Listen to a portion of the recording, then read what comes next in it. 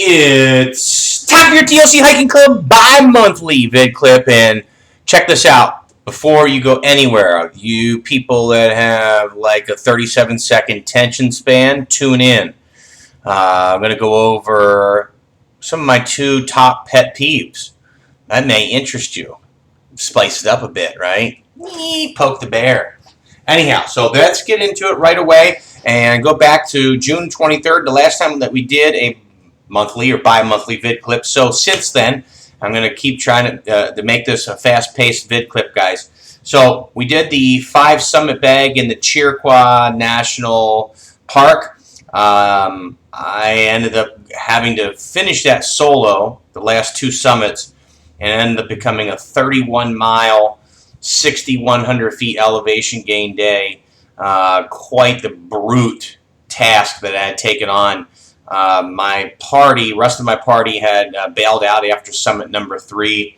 But what a fantastic area. That's the weekend or the day that I had ran into a bear. I didn't feel like my life was threatened, so don't think it was anything like a movie or anything like that, dude. But I'm glad that we had our firearms on us that day. I was dumped out into a fern valley, and I had to make it up to the ridge, and I had to go right where the bear was at. Right through where he was not wanting to move. He just was standing there staring at me, and I had to go right where he was at, and he wouldn't move with me yelling and me waving my hands. So I discharged my firearm one time into the ground, and as soon as I did that, he fled. So, I didn't feel as if my life was threatened or anything like that, so I'm not trying to make this more than what it is, but just saying it came in handy. My firearm did come in hand. Was handy that particular afternoon. Moving onward, after Chiricahua was part 4 of the 6-part summer fun series, which was over in the Safford area, Ash Creek Falls, another phenomenal remote 200-foot waterfall in the state of Arizona. That's rarely visited. And we had a phenomenal group that went that day. I think there was a dozen of us, maybe 15 of us, but it was an awesome weekend. We bagged a couple summits as well. Clark Peak, Heliograph Peak, and Webb Peak got bagged that weekend. Webb Peak being one of the highest, the top 3 or top 4 peaks in the state of Arizona. That was July. Moving on, we're in August right now, so it's been 2 months. Did Bill Williams, that was the summit, Bill Williams Summit, that was the weekend that we did over in Williams, Arizona. Did Bearizona, awesome wildlife park, highly recommend, take your family, it's a great family day type of an event. We also did part 5, some of part 5 of 6, right, because the Hollywood hike, that was, I got to tell you, what a way to spend the sunset. I'm not a fan of LA or Hollywood, and you guys that know me know that. But I got to say, it's a bucket lister, right? To put yourself at the Hollywood sign, and we caught it at sunset. Phenomenal views of the Tree of Life, which is up near the Hollywood sign. We ended up getting burnt out. Hard to believe there, right, with all the forest fires in California that were burnt out. So we could not do the bungee jumping. That's been postponed to Labor Day weekend. So those of you who are listening to this, you want to do some bungee jumping, let me know. We'll get you on the schedule for that. In lieu of that, a consolation hike, we ended up doing Mount Baldy, California. Great grind. You do about 4,000 feet in elevation over 4.5 miles. So quite the grind going up, and then a nice trail run coming back over the Devil's Backbone. Probably the number 2 rated hike in the Los Angeles area. LA area, okay? Not California, but in the LA area, which is not all that spectacular as far as aesthetics when it comes to hiking, those types of things, if you feel me. So moving on, that kind of gets us caught up, right, where what happened in the latter month of June, and then in July. I feel like I'm missing something in July. Nope, I was on vacation. So the next one coming up is this Saturday night. We're going to be doing the full moon hike out at South Mountain. That should be a good time. I hope nobody, takes this too lightly. It's still going to be 100 degrees, and it's going to be 8.5, 9 miles. I'll have to send some warnings out about that so we don't have people showing up with one water bottle. And so what's coming up next month is part 6 of 6, right? We're going to wrap it up with the Miller and Carr Peak, which is down by the border. Another 2 phenomenal peaks of over 9,000 feet in elevation. So it'll be a rather cooler day, of course, than here in Phoenix. And then the week after that is the TLC Hiking Club annual party that is being held at my house this year. And in order to come, you've got to at least hike with me one time. And I don't mean to offend anybody here, but if I don't know you, I don't feel comfortable inviting you into my home. I mean, I would think you'd probably feel the same way, right? I mean, if you've never met somebody before, they're a stranger. And you got, relatively an issue bringing them a stranger into your home. So that's the scoop. So if you want to come to the annual hiking club party, the annual party, it can't be your first hurrah. You're going to have to hike with me at least one time on the trail. That's also in September. Okay, so moving on, let's get into some of my top 2 pet peeves. One is the amount of people that back out on these events at the last minute and the excuses they use, right? And I think it's the excuses. And some people say, Eric, don't bother yourself. Don't get yourself bothered by that.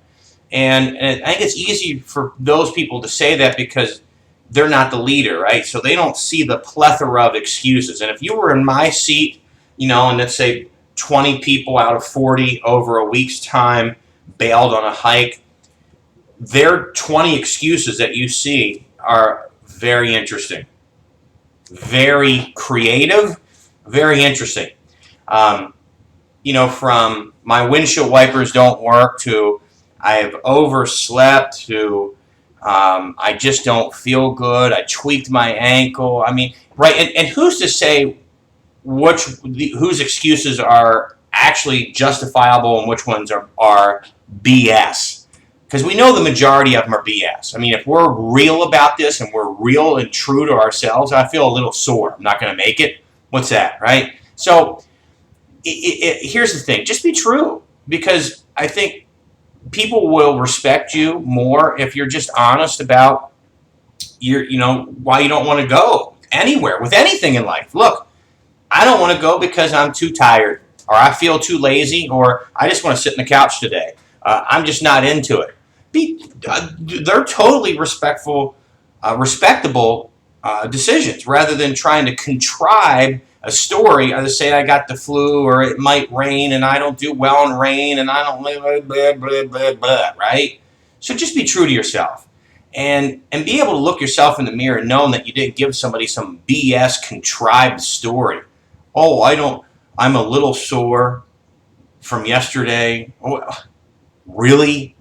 What is that? Just say, look, I just don't feel like going because I'm having a good time over here, or I drank too much. Dude, I would respect that, okay?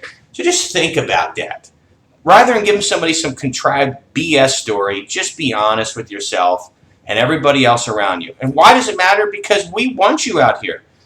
Most people in this group are friends or acquaintances, and we've established that relationship, right? And we enjoy seeing our friends and acquaintances on the trail, and we really do. It's like, hey, man, this person, we've been looking forward. I haven't seen them in 2 months. They're going to be coming, man. They're a good friend of mine or a good acquaintance of mine. I'm looking forward to spending some time with them on the trail, right?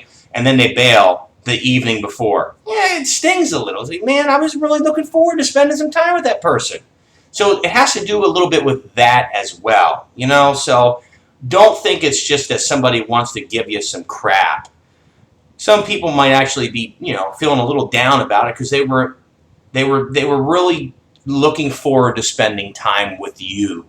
So keep that in mind, okay? moving on to my second pet peeve. Those of you who wear the earbuds and tune everything out there in the wilderness is beyond me. In my opinion, I think that is absolutely stupid. And here's why. If I offend you, I'm sorry, but you know me, I try. I'm not a political correct person out here on the trail because I have to be politically correct all the way through the week in my job. So here's why I think that's absolutely stupid. You're in the wilderness. You got earbuds in. You can't hear a rattlesnake rattling, and you can't hear somebody approaching from behind you. You might be able to feel their vibrations, but you sure as heck aren't going to feel or hear them. Okay. Also, it tunes you out. You don't have to have a conversation with other people on the trail then. Additionally, you know, when you're out there in remote wilderness, some of this is about finding out more about yourself. And if you've got tunes in there that are blaring for 10 hours, that is a distraction from really being able to get down into some of the core of yourself. So that's why. I mean, I think there's a plethora of reasons why putting earbuds in is absolutely dumb. Now, look, if you want to go do that and go up Camelback, that's a different story, okay? So don't get all pissed off because, you know, you go do your regular fitness routine like that, okay? I'm not talking about that. I'm talking about we go in the remote wilderness for 6-10 hours and, you know, where there are rattlesnakes, where there are other people in our group that would probably like to talk to you that can't because you're tuning out. And now you're kind of creating a safety hazard on the trail. You really are. So, you know, you're coming out the wilderness, leave all that crap behind. Of course, if you want to play music out loud, that's a little different. I can buy that because other people can be entertained by your music, but they can still have a conversation with you as well, right? You can still have a form of camaraderie amongst others while you're out there. But when you're just why are you coming out with us, right? There's 20 people on the hike and you're going to put earbuds in and tune everybody else. Why the hell are you even with us? Go do it by yourself then, right? I mean, I don't know, dude. It's a pet peeve of mine. Take the earbuds out of your frickin' ears and enjoy wilderness. Enjoy the people that you're supposed to be enjoying this event with. Anyhow, I'm all excited. I'm all excited about that.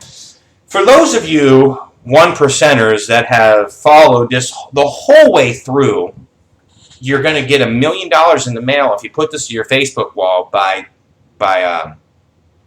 Microsoft is going to send you $1 million. Okay, so with that being said, y'all, I know this went a little bit longer. My apologies. Like I said, you 99% of you more than likely did not follow this all the way through because you have the 47-second attention span. Those of you who did, thank you for your camaraderie. Thank you for your loyalty. Thank you for being part of something that's more than just yourself. You get it. And I tip my hat to you, my friends. Have a very productive weekend or week coming up and enjoy the rest of the weekend.